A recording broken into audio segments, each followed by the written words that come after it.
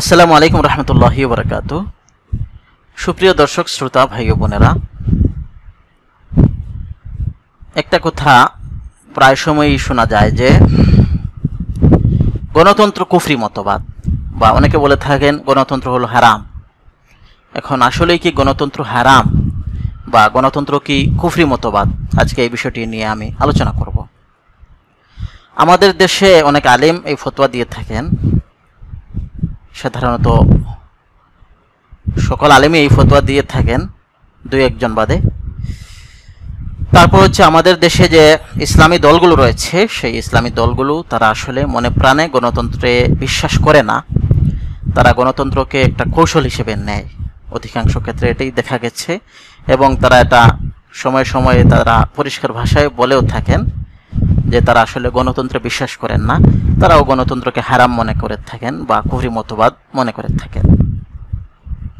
এখন ইসলামের মধ্যে আসলে গণতন্ত্র কি হারাম বা গণতন্ত্র কি কুফরি মতবাদ, ইসলাম গণতন্ত্রকে কিভাবে মূল্যায়ন করে, এই বিষয় নিয়ে আমি কয়েকটি কথা বলবো আজকে। তার আগে একটা কথা পরিষ্কার করতে চাই যে আমাদের দেশে যে গণতন্ত্র রয়েছে এটা আসলে প্রকৃত অর্থে কোনো গণতন্ত্র নয়।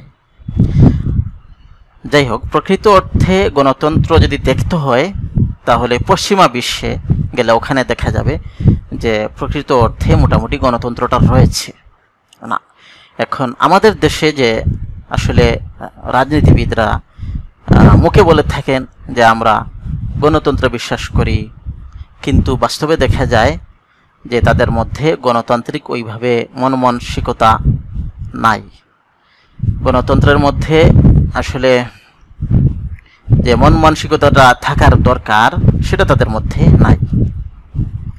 আমাদের দেশে যে নির্বাচন হয় সেই নির্বাচনগুলোও অনেক সময় কিভাবে হয় সেটা আমাদের চোখের সামনে। তারপর আমাদের সমাজের মধ্যে যে মানুষের মধ্যে যেভাবে গণতান্ত্রিক মন মানসিকতা থাকার দরকার সেটাও নাই। সেজন্য গণতন্ত্রকে যদি আমাদের দেশের দিকে তাকিয়ে আমরা মূল্যায়ন করি তাহলে এটা সম্পূর্ণ ভুল মূল্যায়ন হবে। যাই হোক, এখন কথা হচ্ছে প্রকৃত অর্থে গণতন্ত্র যেটা, সেটা যদি আমাদের সমাজে আসে এবং আমাদের দেশে যদি সেটা আনা হয় বা সেটার চর্চা করার চেষ্টা করা হয়, সেটা কি আমরা করতে পারি কিনা, বা ইসলাম এই ক্ষেত্রে বাধা দেয় কিনা, নাকি ইসলাম এই গণতন্ত্রের কথা আসলে বলে এবং এই গণতন্ত্রকেই ইসলাম সমর্থন করে, বিষয়টা আসলে কি? বিষয়টা হচ্ছে যে কোরআনে কারিমের মধ্যে মুসলমানদের যে শাসন ব্যবস্থা কিভাবে পরিচালিত হবে সেই ব্যাপারে একটা মূলনীতি দেওয়া হয়েছে, যেটা সূরা শুরার ৩৮ নম্বর আয়াতে আল্লাহ বলেছেন, ওয়া আমরুহুম শুরা বাইনাহুম, যে তাদের যে ব্যবস্থাপনা পরস্পরের মতামত এবং পরামর্শের ভিত্তিতে চলে। এই আয়াত থেকে পরিষ্কার বোঝা গেল যে মুসলমানদের জন্য আল্লাহ যে নির্দেশনা দিয়েছেন সেটা হলো যে সকল মুসলমানদের পরামর্শ এবং মতামতের ভিত্তিতে ব্যবস্থাপনা গঠিত হবে, যেটা যে ধরনের ব্যবস্থাপনাই হোক, শাসন ব্যবস্থা সহ রাষ্ট্র ব্যবস্থা, সরকার ব্যবস্থা, এই সবগুলাই মুসলমানদের মতামত এবং পরামর্শের ভিত্তিতে গঠিত হবে। এটা মুসলমানদের মতামত ছাড়া এটার অস্তিত্বই আসবে না। এই ব্যবস্থাপনা যেটা শাসন ব্যবস্থা, সরকার ব্যবস্থা, এগুলোর অস্তিত্বই আসবে না। মুসলমানদের মতামতের আলোকেই একমাত্র তার অস্তিত্ব আসতে পারে। তারপর এটা চলবে কিভাবে, সেটাও চলবে মুসলমানদের মতামত এবং পরামর্শের ভিত্তিতে চলবে। এবং কোনো ব্যবস্থা বা কোনো সরকার ব্যবস্থা বা কোনো সরকারকে যদি অপসারণ করতে হয় তাহলেও এটা মুসলমানদের মতামতের আলোকেই এটা হবে। মোট কথা হলো পুরোটাই ব্যবস্থাপনাগত যত বিষয়, পুরোটাই সরকার ব্যবস্থা হোক, শাসন ব্যবস্থা হোক, পুরোটাই গঠিত হবে, অস্তিত্বেও আসবে মুসলমানদের মতামতের আলোকে।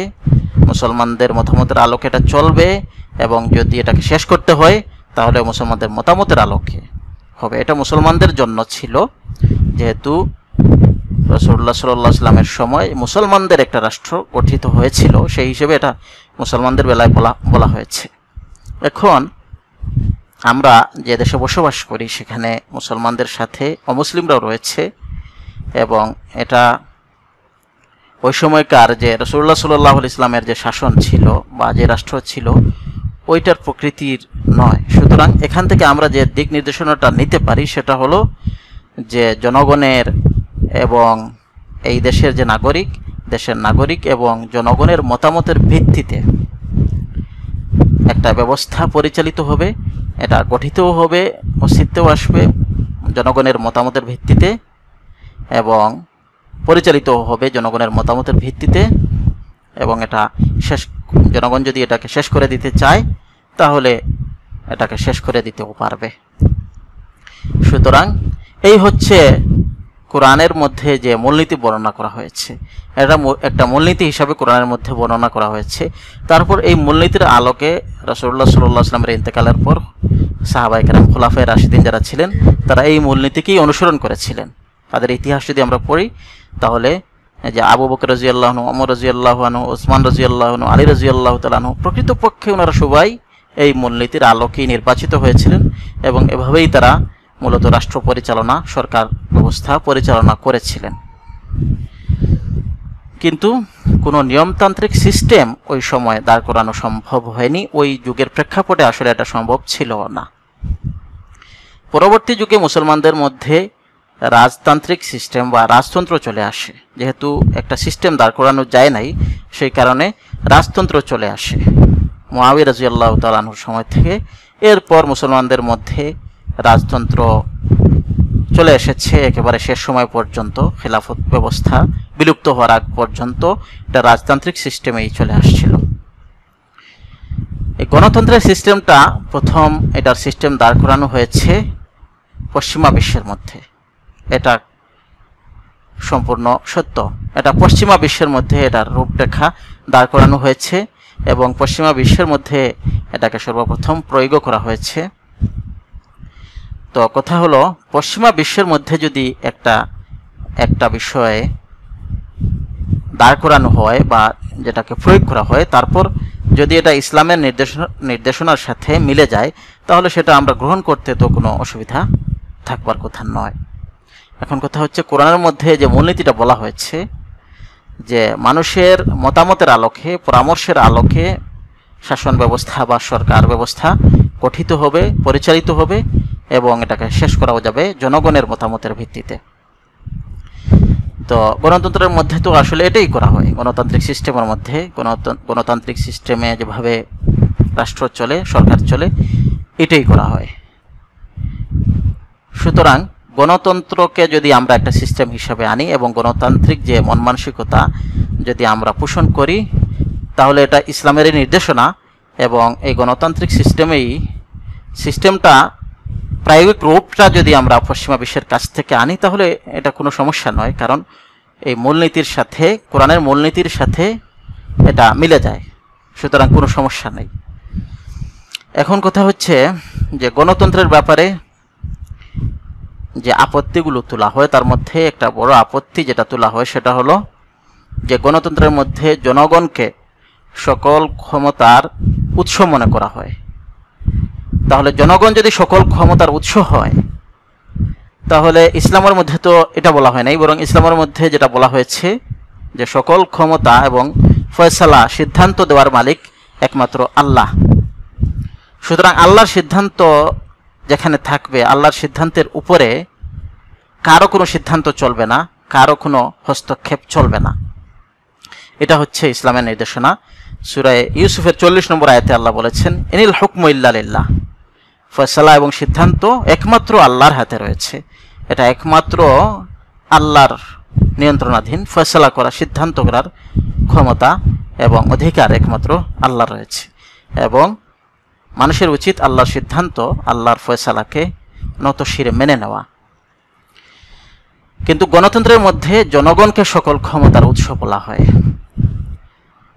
তাহলে বিষয়টা কিরকম হলো? এটা ইসলামের সাথে সাংঘর্ষিক হয়ে গেল এবং অনেকে এই কারণে এটাকে কুফরি বলে থাকেন, আবার অনেকে হারাম বলে থাকেন। এর জবাবে বলবো যে জনগণের মধ্যে বা জনগণের জনগণকে যে সকল ক্ষমতার উৎস বলা হয় গণতন্ত্রের মধ্যে, এটা আসলে কী হিসেবে বলা হয়?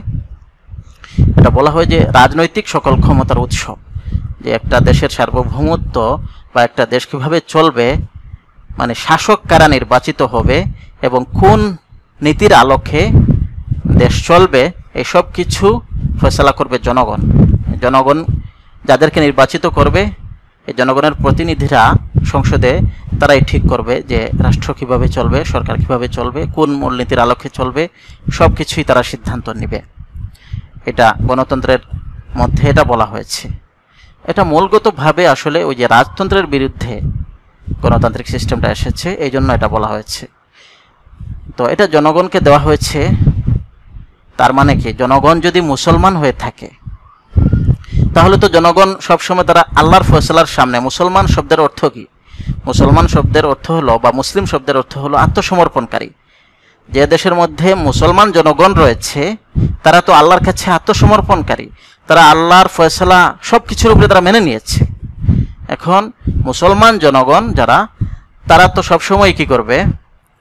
আল্লাহর ফয়সালাকে তারা মেনে নিয়েছে, আল্লাহর ফয়সালাকে সবার উপরে মেনে নিয়েছে, তাই তো তারা মুসলমান হয়েছে। সুতরাং মুসলমান জনগণ যখন কাউকে নির্বাচিত করবে, কাউকে জনপ্রতিনিধি হিসাবে সংসদে পাঠাবে, এর মানে এই নয় যে তারা তাকে একেবারে উন্মুক্তভাবে সকল সিদ্ধান্ত নেওয়ার ক্ষমতা দিয়ে দিয়েছে। আসলে মুসলমান জনগণ এটা দেয়নি। কিন্তু কথা হচ্ছে যে আমাদের জনপ্রতিনিধি যারা সংসদে যান বা সংসদ সদস্য হন, তারা বেশিরভাগ ক্ষেত্রে মানে লিবারেল চিন্তার হওয়ার কারণে তারা যে ইসলামের আইনগুলো বা ইসলামের যে নির্দেশনাগুলো তারা অনুসরণ করেন না।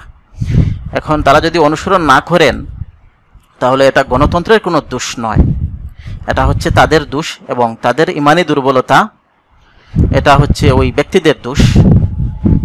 এখন কথা হচ্ছে যে ওই ব্যক্তিরা যদি এটা না করে থাকেন তাহলে এজন্য গণতন্ত্র কোনো দোষী হবে না। গণতন্ত্র আপনাকে কোনো বাধা দিবে না যে যদি ইসলামকে যদি আপনি অনুসরণ করেন, ইসলামের নির্দেশনা অনুসরণ করে যদি রাষ্ট্র পরিচালনা করেন, সংবিধান প্রণয়ন করেন, সব কিছুই যদি ইসলামের নির্দেশনার আলোকে জনপ্রতিনিধিগণ করে থাকেন, তাহলে গণতন্ত্র তো আপনাকে বাধা দিবে না। গণতন্ত্র তো হচ্ছে যে জনগণের হাতে সকল ক্ষমতা। এখন জনগণ হচ্ছে মুসলমান, জনগণ মুসলমান হিসেবে তারা যাদেরকে নির্বাচিত করবে তাদের উচিত হলো ইসলাম অনুযায়ী, এবং যাদেরকে নির্বাচিত করেছে তারাও মুসলমান, সুতরাং তাদের উচিত হলো ইসলাম অনুযায়ী, ইসলামের নির্দেশনা অনুযায়ী রাষ্ট্র পরিচালনা করা। এবং ইসলামের নির্দেশনা বলতে আসলে কি, ইসলাম মোটা দাগে কয়েকটা বিষয়ে নির্দেশনা দেয়, তারপর এই নির্দেশনাগুলোর আলোকে মানে সবগুলো বিষয়ে সিদ্ধান্ত করা, ইসলামের নির্দেশনাগুলোকে সবার উপরে রাখা। আর বাদবাকি হচ্ছে যে ব্যবস্থাপনাগত বিষয় যেগুলো, মানে সেগুলোর মধ্যে ইসলাম উন্মুক্ত রেখেছে, সেগুলোর মধ্যে বেশিরভাগ ব্যবস্থাপনাগত বিষয়গুলো ইসলাম উন্মুক্ত রেখেছে। সেখানে জনগণের জন্য কল্যাণমূলক যেটা হবে সেই অনুযায়ী সিদ্ধান্ত নেওয়া হবে, সেটাকে কার্যকর করা হবে, কোনো সমস্যা নেই। কয়েকটা মৌলিক বিষয়ে বা কয়েকটা দিক নির্দেশনা মৌলিকভাবে ইসলাম দিয়েছে। যেমন হচ্ছে যে দণ্ডবিধির ক্ষেত্রে কয়েকটা বিধান ইসলাম দিয়েছে, যেগুলো মুসলমানদের জন্য শুধুমাত্র, অমুসলিমদের জন্য নয়। তো মুসলমানদের জন্য, যেহেতু তারা মুসলমান এবং ইসলামকে অনুসরণ করে তাদের কর্তব্য, তাই মুসলমানদের জন্য এই দণ্ডবিধির বিধিবিধানগুলো অনুসরণ করা মুসলমান যারা সংসদ সদস্য হবেন তাদের উপর জরুরি হবে।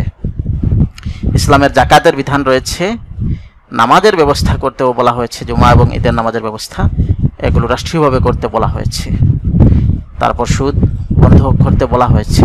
এই বিষয়গুলো আমরা যে আমাদের সংসদ সদস্য যারা হবেন, যারা জনপ্রতিনিধি হয়ে সংসদে যাবেন, তাদেরকে আমরা অবশ্যই এটার বার্তা পৌঁছাবো এবং তাদেরকে সবসময় ইসলামের এই বিষয়গুলো মানার জন্য আমরা আহ্বান জানাবো। সুতরাং গণতন্ত্র ইসলাম বিরোধী কোনো মতবাদ নয়, বরং গণতান্ত্রিক সিস্টেমটা ইসলামের যে সিস্টেম বা ইসলামের যে মূলনীতির সাথে অনেকটাই মিলে যায়। গণতন্ত্রের কারণে, গণতন্ত্র আপনাকে বলেনি যে আপনি ইসলামের বিধানগুলো মানতে পারবেন না, এই কথা বলেনি, বরং ইসলামের বিধানগুলো আপনি মানেন, গণতন্ত্র এখানে কোনো বাধা দিবে না। ওয়া আখিরু দাওয়ানা আনিল হামদুলিল্লাহি রাব্বিল আলামিন।